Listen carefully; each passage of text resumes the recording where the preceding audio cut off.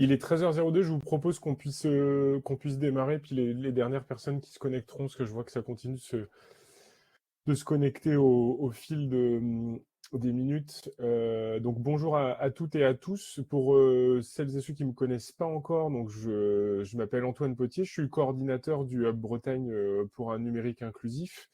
Et on se réunit à nouveau sur cet horaire de 13h à 14h pour pouvoir vous proposer une nouvelle thématique de webinaire.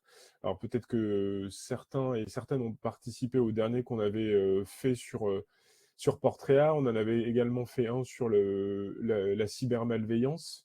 Et là, aujourd'hui, le thème qui nous réunit, c'est comment mieux identifier, accompagner et orienter les personnes en situation d'illettrisme, puisque de par vos postures d'accompagnants sur le terrain, vous êtes effectivement vous pouvez être confronté à ou en tout cas être en position d'accompagnement vis-à-vis de personnes qui sont potentiellement en illettrisme. Et en fait, on a souhaité proposer ce temps en partenariat avec notamment l'Agence nationale de lutte contre l'illettrisme. On vous présentera tout à l'heure les intervenants qui prendront la parole les uns derrière les autres. Également le Conseil régional de Bretagne, le réseau Greta. Et on aura également une intervention du CLPS. Voilà. On est ensemble pour 1 heure. Le principe est toujours le même. Donc, je vais laisser Marion également se présenter. Et c'est Marion qui traitera un peu les questions que vous pourrez faire remonter dans le chat que vous avez, donc discussion publique. Voilà. Marion, je te laisse te présenter. Bonjour à toutes et tous, bienvenue pour ce webinaire. Je suis Marion Dieudonné, je rejoins l'équipe du Hub en relais temporaire d'Agathe Guillet, que vous connaissez peut-être. Et je suis chargée de projet auprès de Laura Lazennec et Antoine Potier, ici présents. Merci Marion. Comme d'habitude, c'est ce que je vous disais, vous n'hésitez pas, vous posez vos questions dans le chat, on fera des pauses pour répondre aux questions au fur et à mesure du webinaire. L'idée étant pas que ce soit un monobloc d'1 heure et qu'on puisse marquer des temps un peu de pause pour que vous puissiez poser vos questions aux intervenantes et intervenants. Voilà, je vous propose juste pour démarrer, parce que je sais qu'il y a probablement des personnes qui découvrent les missions du Hub, parce que en regardant la liste des inscrits, j'ai vu des personnes qui n'étaient pas encore identifiées dans notre réseau. Donc juste pour rappeler que le Hub, c'est un projet de coopération qui est coporté par l'État, la région, Rennes Métropole, 2 conseils départementaux, donc celui des Côtes-d'Armor et l'Ille-et-Vilaine, et par la Fédération des centres sociaux de Bretagne, dont on est salarié et qui a le portage juridique et structurel du Hub. On a 3 principales missions, donc animer l'écosystème de la médiation numérique, c'est ce qu'on est un peu en train de faire aujourd'hui en proposant ce webinaire. Une deuxième grande mission qui est de développer la médiation numérique, donc plutôt de sensibiliser sur les enjeux de médiation numérique différents types d'acteurs. Et un troisième volet qui est plutôt d'offrir un pôle de ressources. C'est également ce qu'on fait aujourd'hui, parce que l'idée, c'est de pouvoir accompagner les territoires sur des besoins de monter en compétences. Voilà. J'en profite également pour vous dire que si jamais il y a des thématiques sur lesquelles vous auriez souhaité qu'on puisse proposer des webinaires, vous n'hésitez pas à nous envoyer par mail contact@hub-bretagne.net. Et nous, on pourra essayer de monter derrière des webinaires, puisque l'idée, c'est d'en monter assez régulièrement.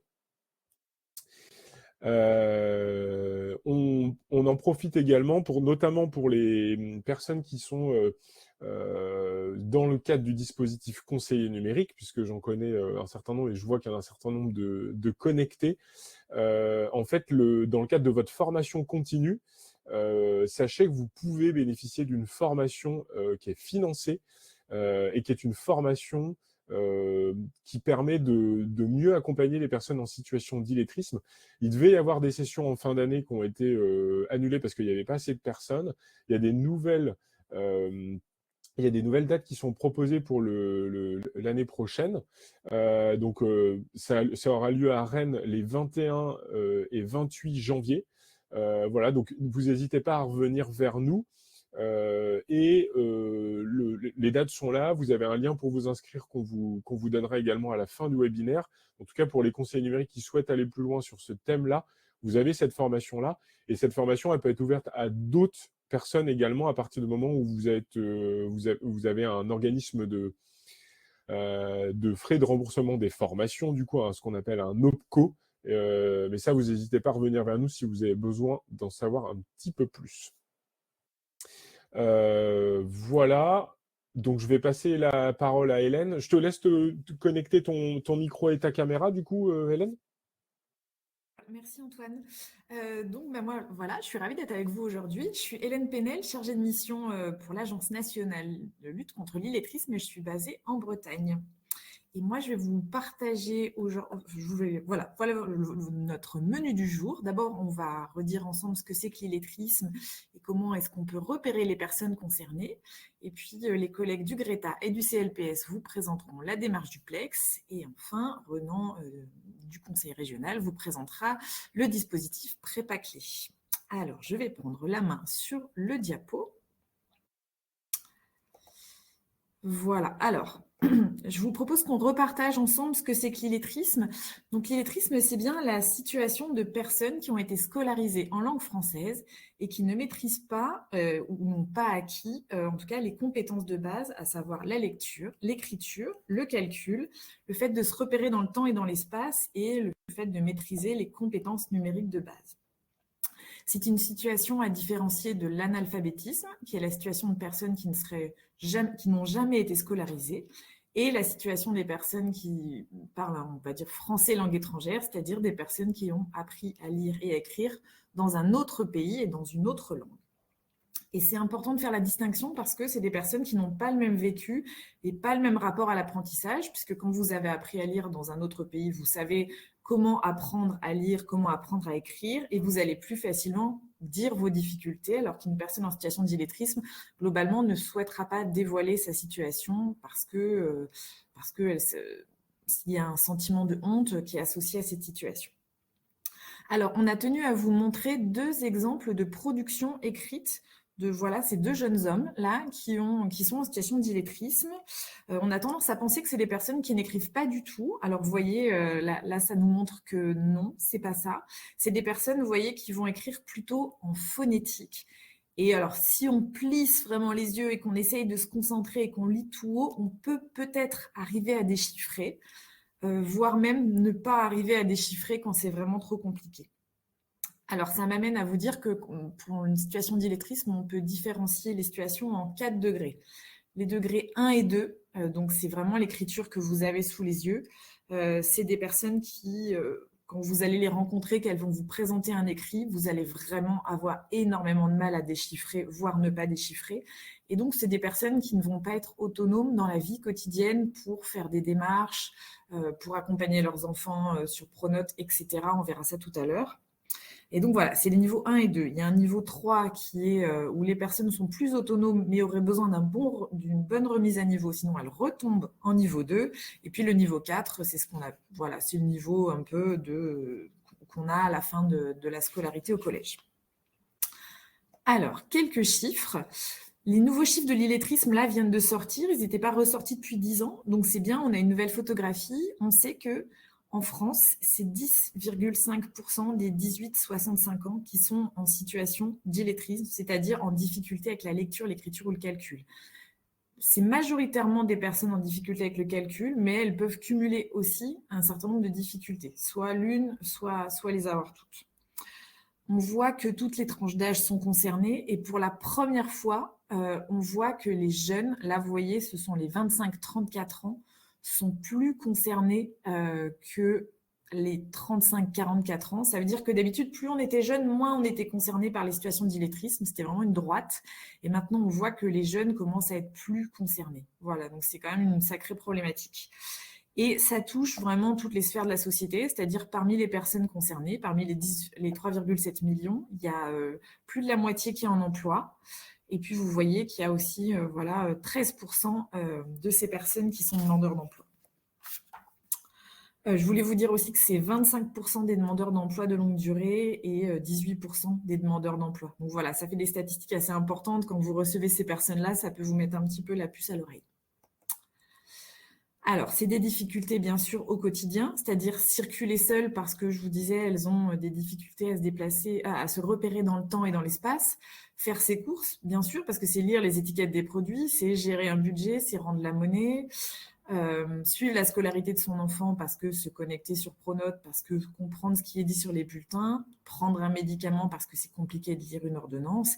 Et puis, c'est des personnes qui, quand elles sont en emploi, évidemment, rencontrent un certain nombre de difficultés pour voilà, lire des consignes, prendre des notes. Et c'est des personnes qui ont des routines voilà, très, très, très, très fortes. Et donc, ça leur permet de faire très, très bien leur travail.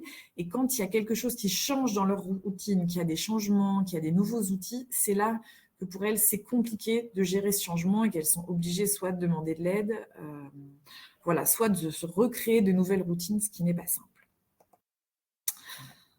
Bien sûr, ce sont des personnes qui ont, pour compenser tout ça, un certain nombre de compétences très très fortes.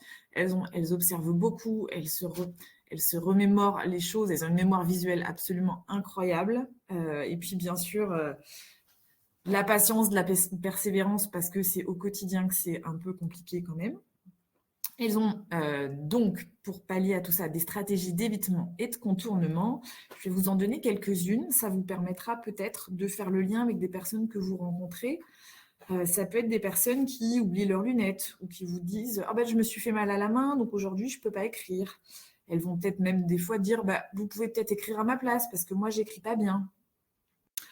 C'est des personnes qui vont des fois avoir du mal à épeler leur identité ou qui vont vous dire bah, « Je vous ai apporté ma carte d'identité, tout est marqué dessus ». Voilà.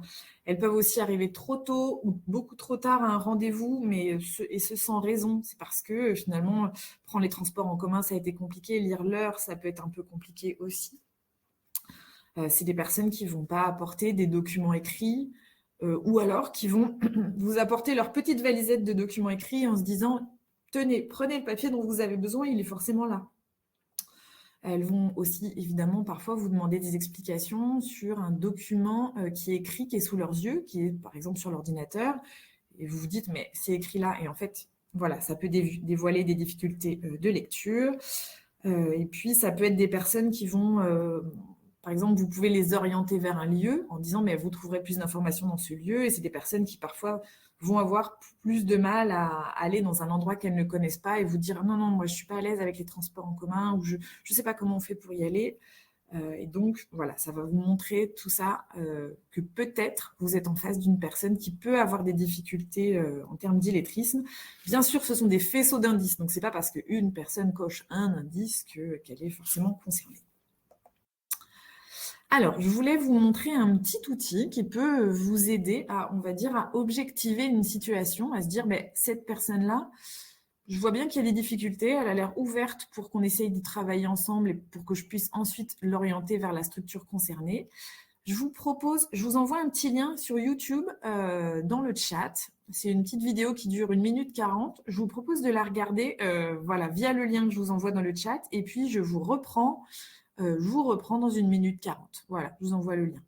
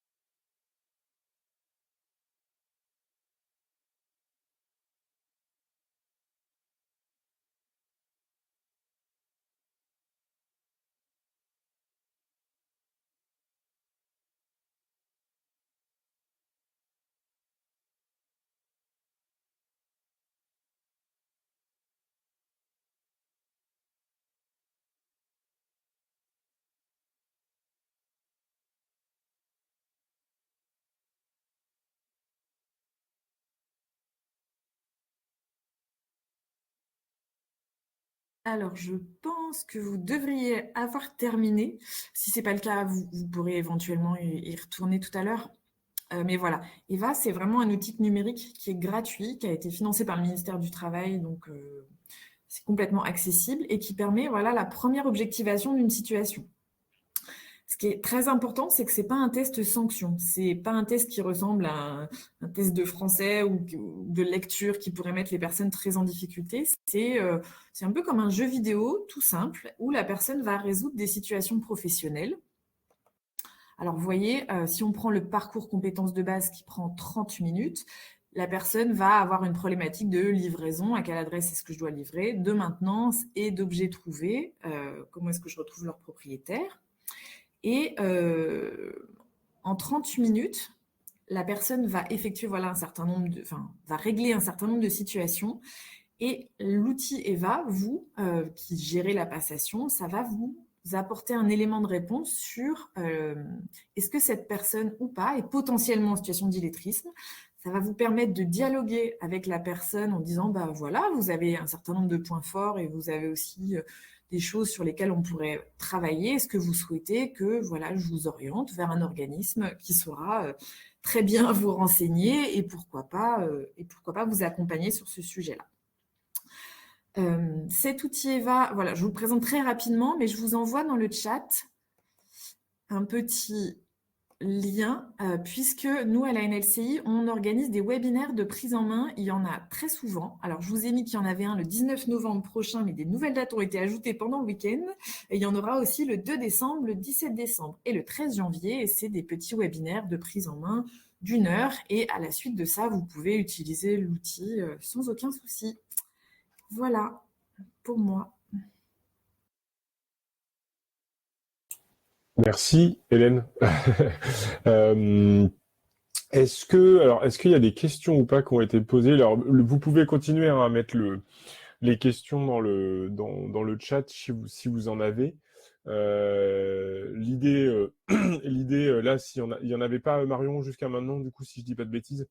Non, jusqu'ici, il n'y a pas eu de questions dans le chat. Ok. Alors, si les questions vous viennent plus tard et que c'était sur l'intervention d'Hélène, il n'y a pas de souci. Au contraire, vous pouvez les poser au compte-gouttes. Ça pose aucun problème. On va passer du coup à l'intervention d'Aurélie et d'Adeline. Est-ce que vous pouvez, sur la présentation de Duplex, est-ce que vous pouvez connecter votre caméra et vos micros?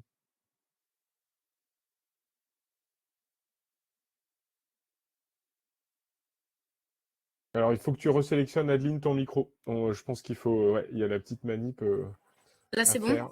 Ouais, c'est bon. Et Aurélie, ton micro est coupé, mais peut-être parce que tu prends c'est ça. Je vous laisse la main pour vous présenter et présenter la démarche Duplex. Merci Antoine.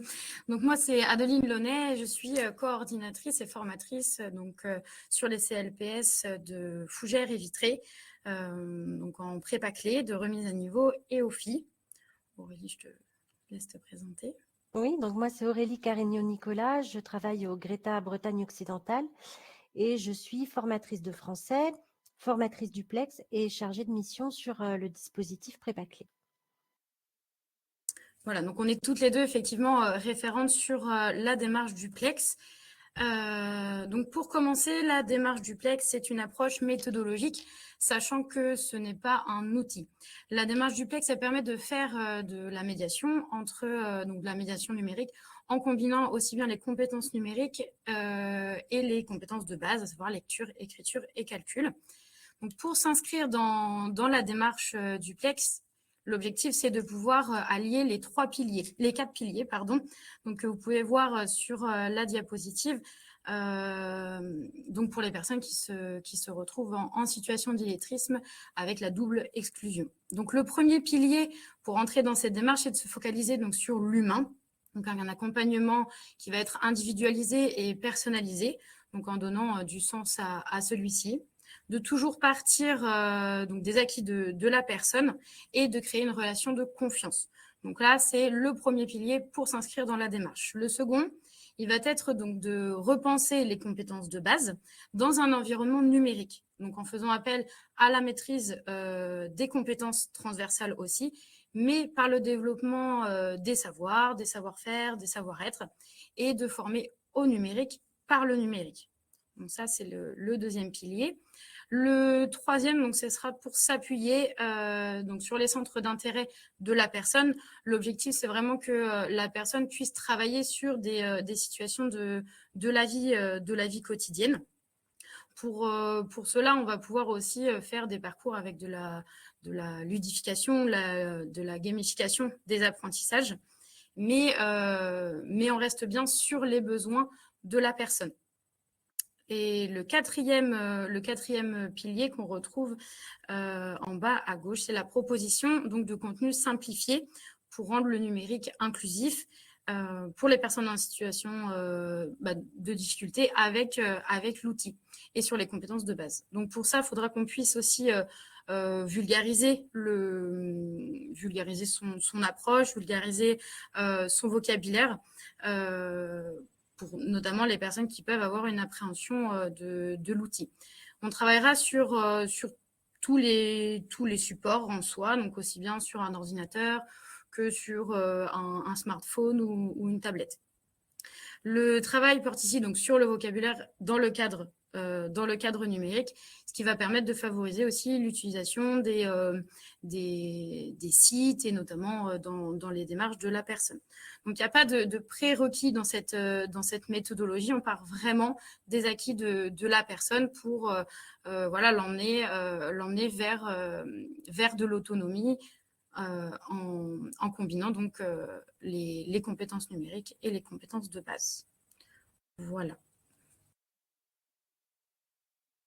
Donc, je vais pouvoir vous envoyer aussi une petite vidéo YouTube donc, qui va vous permettre d'avoir vraiment le résumé aussi de la démarche. Donc, on la retrouve sur le site de la NLCI aussi, mais je vais vous envoyer donc le lien YouTube.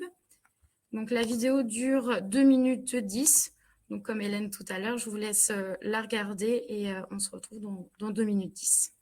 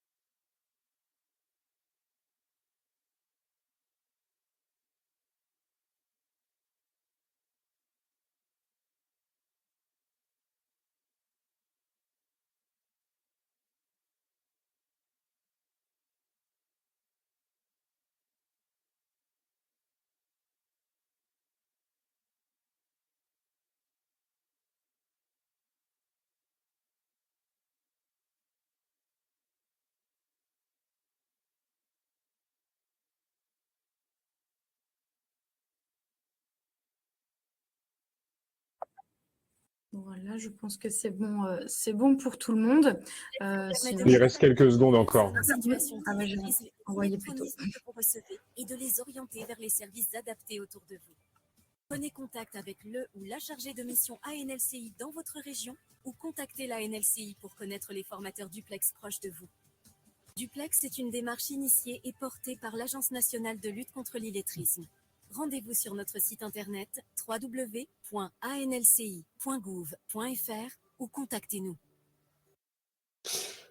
Je me permettais, parce que tout à l'heure, en fait, le souci, c'est que, je précise, nous ne sommes pas sponsorisés par les pubs qu'il y a avant YouTube, parce qu'en fait, il y a souvent les petites pubs avant YouTube, ce qui entraîne un décalage dans le temps, en fait. Je l'ai fait en direct pour pouvoir suivre, parce que tout à l'heure, il me semble que c'était ça n'avait pas été jusqu'au bout. Voilà. Donc, je te laisse reprendre, Adeline. Ça y est, c'est bon.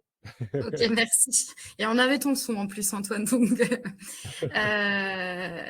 du coup, donc voilà, là c'est vraiment la vidéo qui explique largement ce qu'est la démarche Duplex. Donc vraiment pour résumer, c'est de faire de la médiation numérique en combinant les compétences numériques et les compétences de base. Voilà, j'espère que j'ai été plutôt claire. Je vais laisser du coup la parole à ma collègue qui va pouvoir...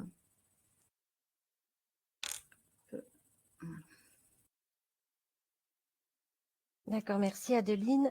Du coup, maintenant que vous avez vu en quoi consiste la démarche Duplex, je vous propose de partir d'un cas concret pour voir un peu comment se passe la mise en œuvre de cette démarche en formation. Là, par exemple, je vous ai mis le cas d'Angèle avec donc une présentation rapide.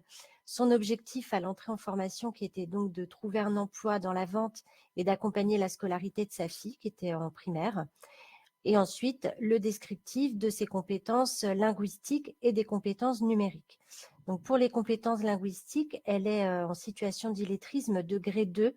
Ça correspond au degré que vous a présenté Hélène dans la première partie. Donc, il y a 4 degrés d'illettrisme qui sont définis par l'Agence nationale de lutte contre l'illettrisme.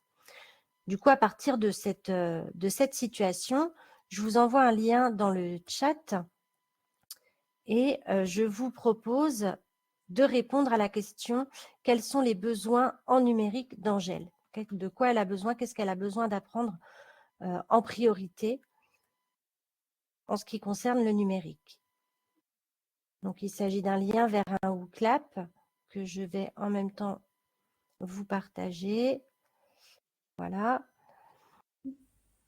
Et donc, je vous laisse répondre à la question directement sur le WooClap et j'afficherai au fur et à mesure vos réponses. Est-ce que Aurélie, tu peux revenir sur le profil en fait de la personne parce qu'ils ne le voient Ah pas oui, les gens, parce je que du pense. coup, on ne le voit plus. Non, on C'est voit ça? plus le profil, ouais. Je veux Ouais, bien que tu reviennes, je pense que ce sera plus simple pour d'accord. que les gens prennent le temps de...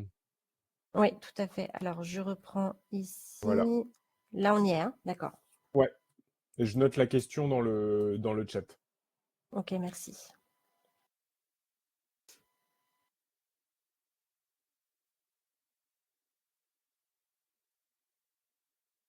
On a un peu de temps, donc n'hésitez pas à prendre votre temps pour répondre. Est-ce que le code a été donné pour le WooClap? Oui, du coup, tu avais donné le lien direct ou est-ce que... J'ai oui, il donné faut le le lien code. direct. Ouais, mais il y a le code, il faut le code de connexion du Et WooClap. Et le D'accord. après, code, il est dans le lien. Hop. En fait, il est dans le lien, il est noté. Je le renote si vous voulez. Donc, Voilà, je viens de le renvoyer aussi. Donc, vous l'avez là, hein, c'est K, P, P, P.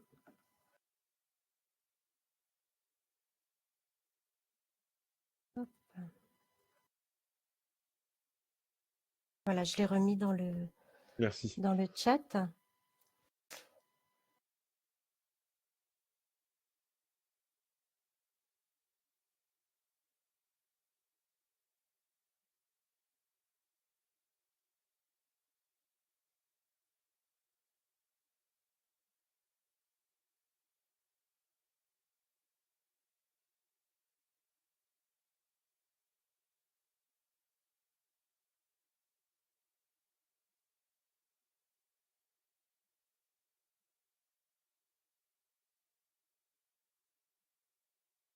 Je me permets juste de répondre dans le chat. Il nous demande les besoins de Salim et pas d'Angèle.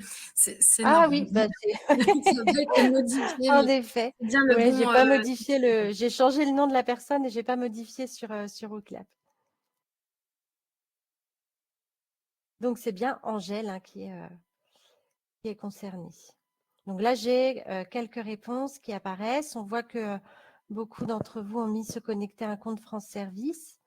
Voilà, je laisse les réponses venir.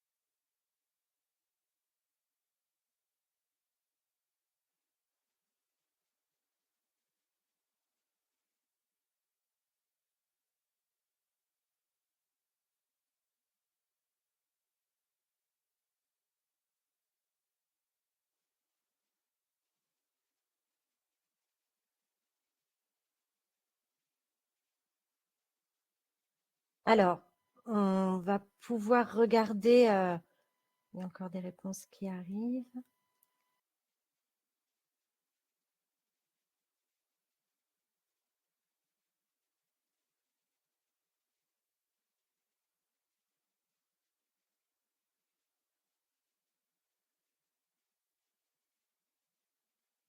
Alors, si je débriefe un petit peu, là, j'ai 32 réponses.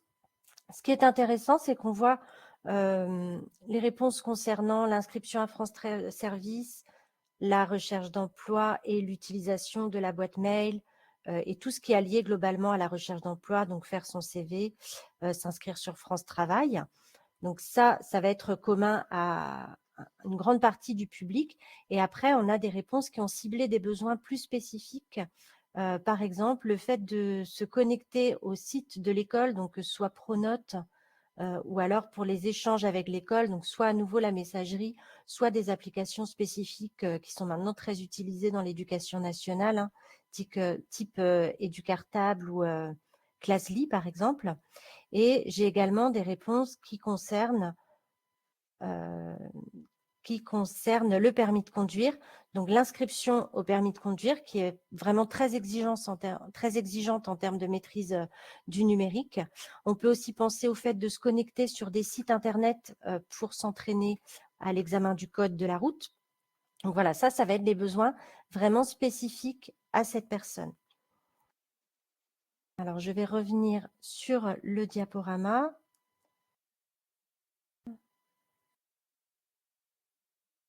On y est. Ok, donc une fois qu'on a pris en compte les besoins spécifiques de la personne, qui donc touchent à la fois à la recherche d'emploi quand on est avec un demandeur d'emploi, mais aussi à des besoins qui sont propres à sa situation, il est important de prendre en compte les difficultés qu'elle va rencontrer dans l'utilisation d'Internet notamment et du numérique en général. Donc ça fait écho à ce que vous a décrit Hélène en première partie sur les caractéristiques de l'illettrisme. Alors, pour illustrer cet aspect-là, je vous ai mis une page de la Poste, la page d'accueil de la Poste, pour vous montrer un peu les différentes difficultés que peut rencontrer une personne en situation d'illettrisme. Donc, on reste dans le cas d'Angèle, c'est-à-dire on est sur du degré 2. Elle parvient à déchiffrer, mais elle va souvent oublier des mots et le sens n'est pas toujours saisi, ou alors elle va lire juste le début du mot, par exemple, le début de la phrase sans aller jusqu'à la fin. Et la lecture reste assez laborieuse et lui demande du temps. Donc là, si elle est sur une page web comme ça, elle va avoir les mêmes difficultés qu'ont toutes les personnes qui commencent avec le numérique, c'est-à-dire comprendre l'architecture de la page et se repérer. Mais là, ces difficultés vont être amplifiées parce qu'elle va être plus longue à saisir les informations. Et également, c'est difficile pour une personne en difficulté avec la lecture de mettre en place une bonne stratégie de lecture face à un écrit comme celui-ci, où en fait, on va toujours changer son sens de lecture. C'est-à-dire qu'on va avoir de la lecture linéaire classique, on va avoir parfois à lire en vertical, si j'ouvre un menu par exemple, et puis de temps en temps, on va lire en diagonale pour aller chercher une information précise. Et si on s'appuie sur un mot-clé en se disant voilà, je ne vais pas tout lire la page web, je vais chercher ce qui m'intéresse, ça peut également être difficile. Imaginons que la personne, elle veuille ici envoyer un colis. Eh ben, elle va être tentée de cliquer là. On retrouve le colis ici. On le retrouve en haut également. Voilà, donc ça, c'est des difficultés en fait qui vont s'ajouter à la difficulté commune à tout débutant en numérique de prendre en main un site web. Également, on peut avoir des difficultés à lire des graphies spéciales comme celle du mot cadeau. Ça peut aussi compliquer la lecture. Et j'ai mis dans les indications, là, saisir l'information exacte, parce que très souvent, quand on est sur une démarche numérique, le texte doit être saisi vraiment exactement, avec un respect de la casse bien souvent. Et si on oublie une lettre, ça ne va pas fonctionner. Je pense par exemple aux adresses mail ou quand on doit saisir un CAPTCHA, par exemple. Et chez les personnes en situation d'illettrisme, on va facilement avoir des oublis de lettres ou de mots. Donc, ça peut être très laborieux même de copier un texte dans un moteur de recherche, par exemple. Voilà, donc je passe à la diapositive suivante. Une fois qu'on a pris en compte donc, les difficultés que peuvent rencontrer les personnes en situation d'illettrisme, on va s'appliquer avec la démarche duplex à faciliter l'accès au numérique. Donc pour ça, moi, souvent, je décompose le travail en 2 axes. Le premier axe, ça va être de permettre l'accès au numérique sans prérequis, c'est-à-dire qu'il faut répondre aux besoins de la personne sans lui demander d'aller d'abord suivre un atelier sur les compétences de base et sans faire à sa place, ce qu'on peut être facilement tenté de faire quand on accompagne une personne en difficulté. Donc pour ça, on va mener un vocabulaire à la fois sur la formulation, l'illustration en s'appuyant sur les pictogrammes, les logos, etc., la mise en page, et on va tenter de faciliter l'accès au vocabulaire. Ça, c'est un aspect qui est intéressant parce que quand on ne travaille pas le vocabulaire du numérique, on va vite se retrouver à dire aux gens, vous cliquez là, vous allez là, vous prenez ça, etc. Et du coup, la personne, elle n'a pas conscience réellement de ce qu'elle a fait et ça va être plus difficile pour elle d'être capable de le refaire toute seule. Donc, si on veut qu'il y ait vraiment un transfert des compétences possibles, il faut permettre à la personne d'avoir conscience de ce qu'elle est en train de faire sur le numérique. Donc ça, c'est le premier accès pour que la personne ait accès, le premier axe pour que la personne ait accès tout de suite au numérique. Et le deuxième axe qui va plutôt concerner le volet formation, ça va être de travailler les compétences intégrées. Donc ça fait écho à ce que vous a dit Adeline sur le fait de combiner les compétences numériques avec les compétences de base. Par exemple, si on travaille sur le site de la compagnie de transport, où il s'agit de trouver donc les horaires d'un bus, par exemple, on va travailler aussi la lecture d'un tableau à double entrée.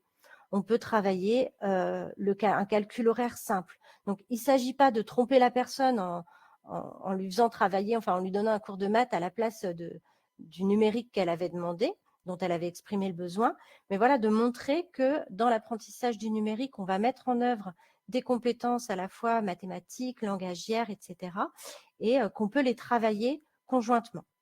Donc là, on est plus dans le volet formation, qui est aussi un volet important de la démarche duplex. Je vais repasser, s'il n'y a pas de questions tout de suite. Je vois, oui, qu'il y a une correction dans le chat sur le fait qu'on ne s'inscrit pas à France Service, mais à France Connect.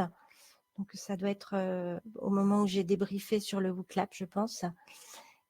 Et du coup, je repasse la main à Adeline qui va vous expliquer comment on peut vous accompagner dans la mise en œuvre de la démarche duplex.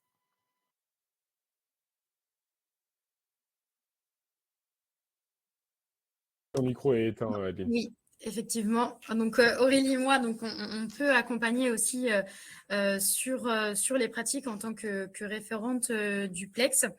Donc on a 2 axes en fait de mission. On a le premier donc sur de la sensibilisation des acteurs avec voilà de l'association pour repérer des personnes qui sont confrontées au double illettrisme, d'orienter vers aussi des formations adaptées, de pouvoir échanger avec les personnes qui peuvent accompagner et accompagner aussi sur les propres ressources en les adaptant. Comme pouvait montrer Aurélie tout à l'heure, on peut aussi partir d'un document spécifique et l'adapter pour une personne qui serait potentiellement en situation de double exclusion. Et donc voilà. Donc ça, c'est la première mission, donc sensibilisation. Et la seconde, c'est l'accompagnement des formateurs et formatrices, où là, du coup, c'est un petit peu plus spécifique. Donc, c'est lors des parcours de formation, repérer aussi les difficultés, parce qu'on peut avoir des personnes qui entrent en formation pour un besoin spécifique et finalement, on s'oriente sur autre chose aussi. Donc, repérer les difficultés et les besoins pendant un parcours de formation, mais aussi donc de concevoir et d'expérimenter des ressources pédagogiques et formatives contextualisées, vraiment en fonction des besoins de la personne, mais sur des aspects de la vie quotidienne, et de proposer des parcours innovants. Donc, c'est ce que je disais aussi par rapport à la gamification ou la ludification des apprentissages. L'objectif, voilà, c'est de pouvoir proposer des parcours différents. Donc, on peut aussi bien intervenir dans les entreprises ou dans tout type de structure qui pourrait accompagner des personnes en situation d'illettrisme. Voilà. Donc, on est plusieurs référents en France et on est toutes les deux en Bretagne. Voilà. Et la liste des référents duplex est disponible sur le site de la NLCI. Tout à fait. Merci à vous deux. On a une question dans le chat. Alors, je ne sais pas qui va pouvoir y répondre. On a une question de Déborah Carry, qui est médiatrice numérique à la Bibliothèque des Champs Libres à Rennes, qui demande, pour les personnes en situation d'illettrisme, la barrière est souvent le mot de passe. Mieux vaut les encouragements à utiliser des mots de passe en majuscules plus chiffres. C'est avec un point d'interrogation. Plutôt la question, c'est est-ce que vaut mieux des chiffres ou, alors peut-être tu veux préciser, Déborah, par écrit, je vois que tu réponds. Donc, est-ce que Hélène ou est-ce que vous avez quelque chose à rajouter là-dessus par rapport à cette question ou une réponse à apporter? C'est vrai que les mots de passe, c'est vraiment une difficulté très fréquente, la difficulté à le mémoriser notamment. Après, très souvent, on demande, les conditions pour un mot de passe, c'est qu'il y ait majuscule et minuscule. Donc, on ne va pas pouvoir, il me semble, donner un mot de passe uniquement en majuscule. Moi, ce que je fais, c'est que je leur conseille de mettre la majuscule sur la première lettre parce que ça me paraît le plus facile à mémoriser parce que c'est le plus logique en fait. Ok, merci. Et donc, Déborah complète sa question en demandant est-ce qu'il y a une forme plus conseillée de mot de passe, un nombre de caractères qui évite d'oublier des bouts. 8 caractères est souvent le minimum. Mais effectivement, pour rebondir sur ce que tu disais, Caroline, aujourd'hui, on est souvent dans une optique d'avoir à minima une majuscule, un caractère spécial et 7 à 8, voire 10 chiffres, voire 12 chiffres parfois, enfin 12 caractères plutôt, et donc des chiffres. Et donc, c'est toute la difficulté pour les personnes. Alors, je ne sais pas si dans le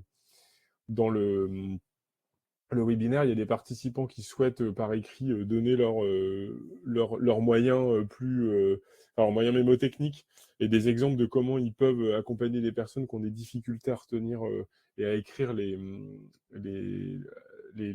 lettres. Mais n'hésitez pas à l'écrire dans le chat. Est-ce qu'il y avait eu d'autres questions ou pas, Marion, par rapport à ça? Ou pas, ou j'ai pas tout suivi, mais est-ce qu'il y a eu des questions? On n'avait pas d'autres questions là-dessus et merci Antoine pour ta réactivité. Oui, j'ai vu, j'ai réagi direct. Ok, du coup, alors n'hésitez pas à poser vos questions, on pourra peut-être aussi, il nous reste un tout petit peu plus un petit quart d'heure, donc si jamais, ah oui, alors effectivement, merci Sophie, parce qu'en fait j'allais y venir, mais je vois dans le chat que ça a réagi lors du webinaire sur la cybermalveillance. Laurent, l'intervenant, nous avait donné un lien, et merci de le redonner, qui permettait de pouvoir aiguiller quand on est intervenant sur comment choisir un bon mot de passe et surtout comment après, où le stocker et comment le garder en mémoire derrière et pouvoir le réutiliser plus facilement. Est-ce que donc Ronan, je te passe la parole. Je te laisse connecter ta caméra et ton micro. Bonjour, vous m'entendez bien? C'est bon. Ok, Je te super, je laisse vais prendre la main sur sur la présentation. Ok, bon, je me présente. Renan Lefebvre, je suis chargé de partenariat à la région Bretagne, à la direction développement des formations et des compétences, qui a pour principale mission de financer des parcours de formation pour les personnes en recherche d'emploi.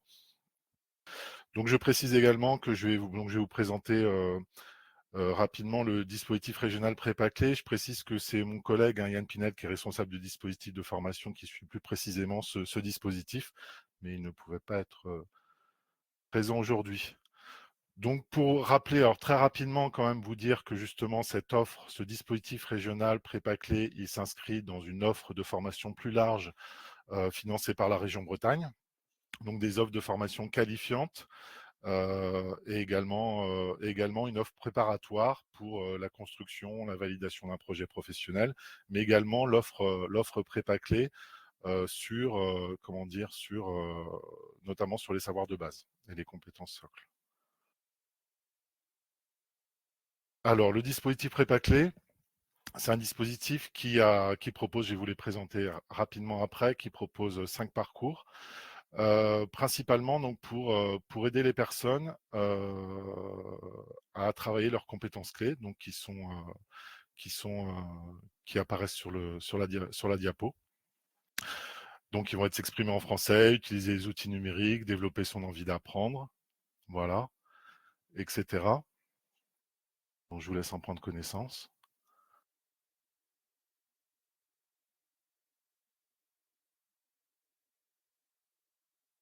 Et c'est un dispositif de formation donc qui s'adresse aux personnes en recherche d'emploi qui souhaitent s'insérer professionnellement ou trouver une formation derrière préparatoire ou qualifiante. Donc ça s'inscrit dans le cadre d'un projet professionnel.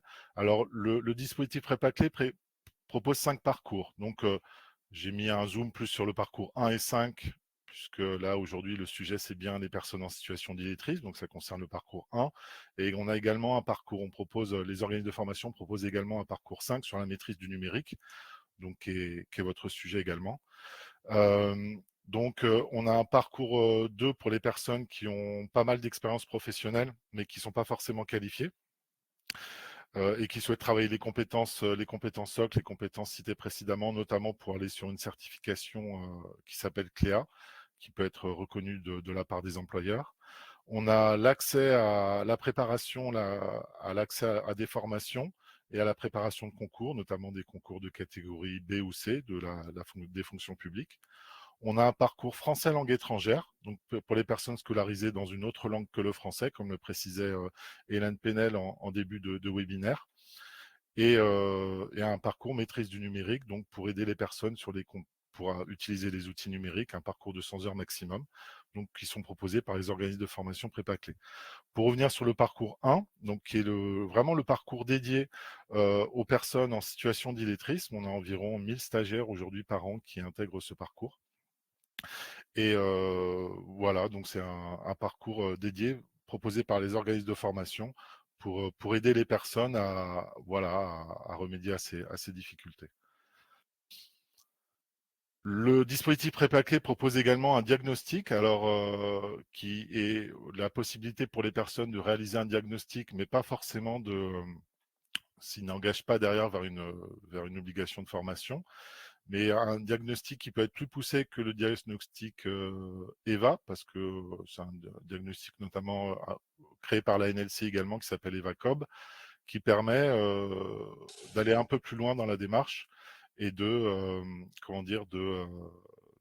positionner vraiment les besoins du futur stagiaire sur un parcours de formation sur les savoirs de base, lire, écrire et le calcul.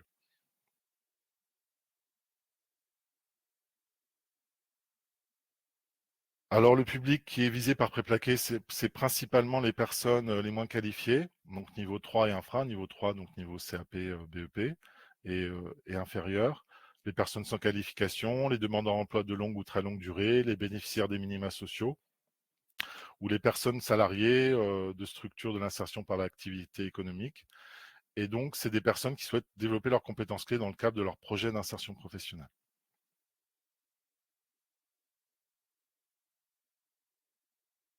Alors, pour évoquer rapidement le déploiement de Prépa-Clé, pour votre information, il y a beaucoup de sites de formation en Bretagne, une quarantaine de sites de formation.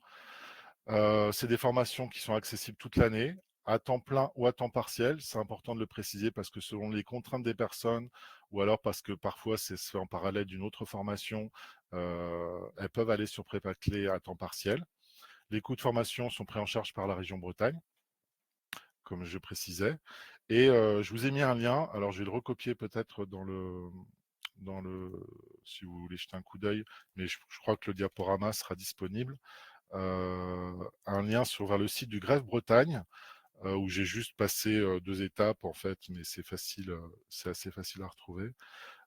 Pour que vous puissiez voir l'offre de formation prépa clé. En fait, je vais partager mon écran. Je vais essayer pour vous montrer rapidement. Partager. Voilà, je pense que vous le voyez. En fait, où j'ai juste filtré, je suis juste allé sur trouver une formation sur le site du Greffe Bretagne qui recense toute l'offre de formation en région Bretagne, pas que l'offre financée par la région Bretagne.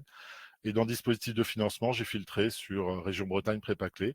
Et après, vous pouvez, voilà, selon la ville, notamment rechercher, vous pouvez voir les sites de formation. Et si jamais vous souhaitez avoir de l'information par rapport à une personne que vous accompagnez, bah voilà, avoir plus d'informations sur les parcours déployés, les possibilités de formation, je vous invite à aller sur une page et vous trouverez les coordonnées. Alors, il y a la description des formations, les différents parcours, et vous trouverez également les coordonnées, les mails et téléphones des organismes de formation. Vous pouvez vous rapprocher d'eux directement. Voilà, je cesse le partage. Merci Donc, Ronan. C'était bon pour toi du coup? oui, là, c'est bon, je suis arrivé au bout, je crois. Ouais, Ok, il me semble. très bien, parfait. Merci beaucoup. Alors c'était très rapide, mais l'idée c'était quand même de pouvoir donner la parole à chacun des partenaires. Comme vous le voyez, il y a plusieurs choses qui se font au niveau régional. Si vous avez des questions, c'est le moment de les poser par chat. Je vois qu'il n'y en a pas eu trop. Alors, il y a quelqu'un qui est en train de rédiger. En tout cas, donc je vois Nicolas qui on me pose la question. Alors, j'apprends une appli smartphone pour l'apprentissage du français gratuite et adaptée aux nouveaux arrivants en France. Donc, merci pour la ressource. Et n'hésitez pas effectivement à donner votre ressource si vous en avez, des ressources d'animation comme Nicolas vient de le faire. On note bien ta ressource, Nicolas, on l'ajoutera au mail qu'on renverra à tout le monde suite à. Alors, il y en a d'autres qui arrivent, donc c'est très bien, des mails de ressources. Moi, je vais vous donner dans le chat d'ores et déjà le lien vers le site du hub vers lequel vous pouvez télécharger le PDF qu'on vient de projeter. On vous le renverra par mail aussi, le lien, mais là, je le fais maintenant pour ceux qui sont présents. Du coup, vous pouvez récupérer le PDF de cette manière-là. Et puis surtout, vous n'hésitez pas à revenir vers nous, parce que là, l'idée, c'était aussi de pouvoir balayer le sujet en 45 minutes à 1 heure, ce qui est parfois pas simple, parce que c'est un sujet qui est quand même relativement assez complexe. En tout cas, l'idée aussi, c'était de pouvoir vous montrer la diversité des ressources mobilisables sur le territoire. Et vous n'hésitez surtout pas à revenir vers nous si vous voulez plus en local, parfois avoir des contacts. Nous, on fera le relais aussi auprès des personnes. C'est bien l'idée du hub aussi, c'est de pouvoir vous aiguiller, même au plus local, pour savoir vers qui vous pouvez renvoyer. Voilà. Et effectivement, on vous donnera également les contacts des différentes intervenants et intervenantes qui sont passés sur le webinaire cet après-midi. Alors, je vois la question, ces structures existent sur toute la France. Alors, de quelle structure vous parlez, Séverine? Parce que si c'est l'Agence nationale de lutte contre l'illettrisme, c'est le cas. Après, je ne sais pas, peut-être que Ronan, tu peux compléter, mais les CLPS, il y en a partout. Non, après, les organismes de formation sur prépa clé, ah oui, pardon, je ne sais pas si ça concerne les formations, ouais. Si c'est des Sur formations, prépa voilà, elle a précisé. Oui, chaque région met en œuvre ses propres dispositifs qui sont chaque région, je pense, on a un groupe de travail sur Région de France où chaque région met en place des dispositifs de lutte contre l'illettrisme. Après, sur Prépaclé, il y a un certain nombre d'organismes de formation qui interviennent en Bretagne.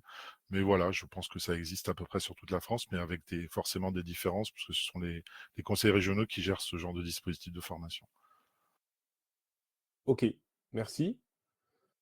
Alors, je vois qu'il y a des échanges encore dans le chat.